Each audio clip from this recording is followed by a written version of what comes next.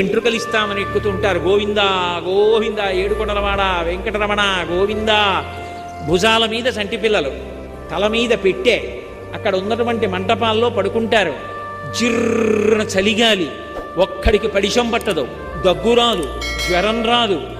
పుష్కరిణిలో స్నానం చేసి చందనం గుండుకి దాయించుకుని దర్శనం చేసి వచ్చిన ఒక్క లడ్డూ పట్టుకుని మూట కట్టుకుని ట్రంకు పెట్టిలో పెట్టుకుని ప్యాసింజర్ ఎక్కి 18 గంటలు ప్రయాణం చేసి వాడి ఊరెళ్ళి పూజ చేసి నేను తింటాననకుండా అందులో ఇన్ని అటుకులు శనగపప్పు తెచ్చి కలిపి ఊరంతా ప్రసాదం పంచిపెట్టి తనింత నోట్లో వేసుకుని మురిసిపోయేవాడు ఒకడు ఉన్నాడు, లక్ష్మి.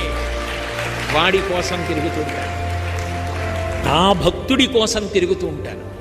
నిజంగా వాడు ఉన్నాడు కొండ మీద. నేను సభాముఖంగా చెప్పడం ఏం బాగుంటుంది, కానీ పరమసత్యం చెప్తున్నాను మీతో, వాడు ఉన్నాడు.